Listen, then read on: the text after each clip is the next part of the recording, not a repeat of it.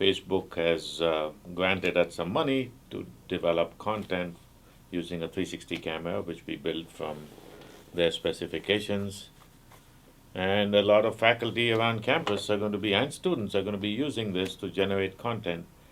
And of course, Facebook wants you to upload that to their website because eventually they want to conquer the planet. It's still really a new field.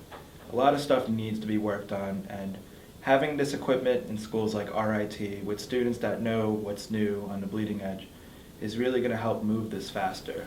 The first time you watch it, it's very important. It has to be done right, because if you have a bad experience, it kind of messes it up for the future. And right now, with so many devices coming out that are lower quality, and the ones that are smaller and lighter, they're easy to use, but they just don't produce video that looks very good when viewing it through a headset. And that's kind of an issue when you're trying to get a lot of people on board on a new technology. I wouldn't say it's a practical way to tell stories with 360. I'm right now doing an essay about the ethics of 360 and how you could say 360 is more ethical than like any form of journalism medium that incorporates journalism, etc. Because you can see all around. There's always a bias when telling a story in standard media, and when using 360, everybody's in the frame and everything is exposed, basically. Being able to put somebody in a situation is much different than telling them about a situation, and I feel like that's what 360 is able to do. When you film in 360, you have to be very aware of your scene. You have to know what's behind you, what's to your left and right, and well, right in front of you. But you also have to have it engaging in every one of those areas, because every time you watch a 360 video, you're going to go look around and you're going to watch it a few times. And you always want something new for someone to find to keep them engaged.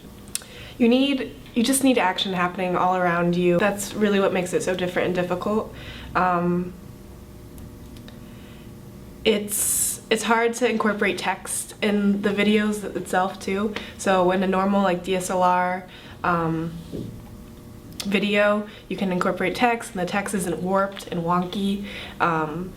And I mean, right now I'm working on a story about a public art piece that's going to be made out of crochet, and so people are working around in a circle crocheting, and that's really good for 360 because the viewer can move around and look at whatever they want. But that's also a downside. The huge thing about it is how you deliver it to people. That's one thing that I do have to stress, is that you have to deliver it right. If you don't deliver it right, it doesn't feel right. It's hard to get engaged in. You can think of this as three phases, right? One is collecting the data. With that many cameras, we are just struggling with computer hardware, but that's the easy part. Then the stitching comes in. That's taking a long time, but that can also be solved by having extra powerful computers. You just throw money at it. But remember, when are movies made? Movies are made during the editing phase.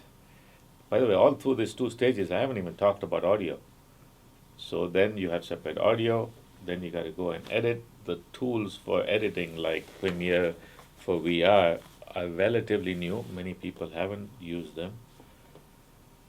And then you got to put the sound together, and as you know, in a movie, that's 90% of your work. So I haven't even gotten to that point yet ourselves. So those are the three challenges. I think 360 would be actually really cool to be used the most in like museums, if you have or just events in general, and doing like daily features for like newspapers, like online like websites and stuff. So like New York Times does tons of events using 360 to tell stories. They've done it with like the Westminster Dog Show, and like with the like all these other like festivals. So I think showing things like that where there's just like a lot of people, a lot of action, that's gonna be like the best way to use it, but that still again just depends on like the story. So I guess like news they do use it, but it's definitely not a thing for like everyone to completely like understand and like digest. One thing that I do wish was different about the software and the hardware that we're using is that if everything was more refined. But that's what we're doing right now by testing it. things don't always work the way they should, and it delays us. It's really hard to go out and try to get something done quickly or on the moment when sometimes when the software crashes. The hardware is very heavy, we're tethered to lots of cables because there's just so much throughput. My favorite thing about working with this new device is being able to post to Facebook itself. The way people react to 360 content is really awesome, and showing people for the first time that they can go on their computer, take their mouse, and just bring themselves around the scene. It's really cool to see people not expect this and start to enjoy it.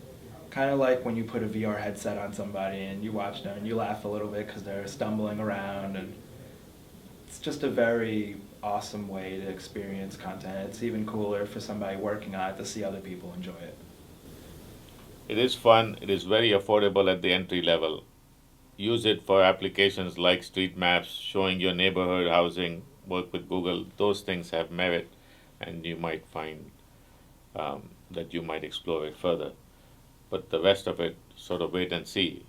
It's way too expensive, and professionals themselves are trying to figure it out. So just wait. Things move fast. Maybe 1 year, 2 years, and all these, because what appears like a revolution is always an evolution, right? Technology has been well proven.